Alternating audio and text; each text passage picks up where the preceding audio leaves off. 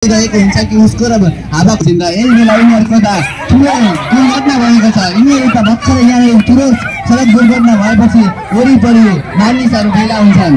मानिसहरूले भिडियो बनाउन थाल्छन् त कसैले ब्लग पनि बनाउन थाल्छन्। त्यही ब्लग बनाउने क्रममा हेरौँ एकजना ब्लगरले कस्तो ब्लग बनाउँछन्।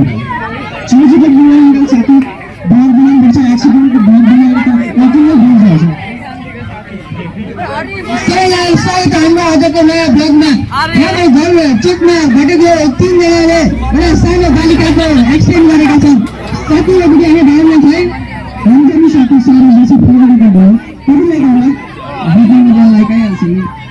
यही बेला उता लाइक गर्ने मान्छे पनि आएको जस्तो भयो। भिडियोमा बनाउनुस् भिडियोमा बनाउनुस् भने हाम्रो मान्छेको दुर्घटना हुन्छ तपाईहरु भिडियो मानिसले यहाँ ज्ञानको पाठ दिए पनि प्रभाव भने कसैमा परेको जस्तो देखिएन। त्यसै कारणले त होला नि उता परबाट ट्राफिक पुलिस आफ्नो सिटी बजाउँदै यतै अदिस बेला गर्नु सर्भिस अनि के भएको हो? 3 जनाले रक्सी खाएर गाडी चलाउँदै थिए अनि एउटा सानो बालिकाको एक्सिडेन्ट गरेको छ। यो केटा हाम्रो गाउँको राम, उसको बाउ मेरो साथी हो। तपाईलाई अच्छा भन्नुहोस् त। 9814 15 18 16। हेलो हजुर जनपाल, म मेरो बरुबाट बोलेको। तपाईँको छोरा पनि एक्सिडेन्ट भइसकेको छ। कहाँनेरि? बच्चोको बाटोमा। ए ल म आएँ। राम बाइकको चाबी कहाँबाट भेटिस्? मैले त लुगाइदिएको थिएँ राम, लाइसेन्स पनि थियो र। ओइ रक्सी खाएको छस् कि कहाँ हो तैँले? रक्सी लगाएको छ राम। ओइ हिँड्न राम, ओइ राम हिँड्न हो। एम्बुलेन्समा बोलाइदिनु हो राम, हिँड्न हो राम।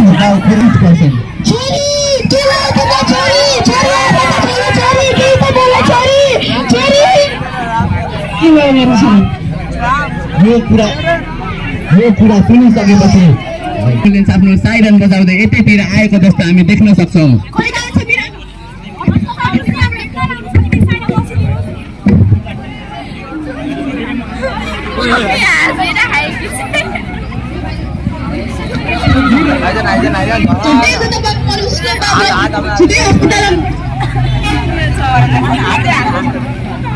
यस्तो खतरनाक सडक दुर्घटना भएको क्रममा नै मानिसहरूले उनीहरूलाई बोकेर एम्बुलेन्समा हालेर अस्पतालतिर लैजान्छन् र यो अस्पताल लैजाने क्रममा 2 जना अभिभावकको भेट हुन्छ।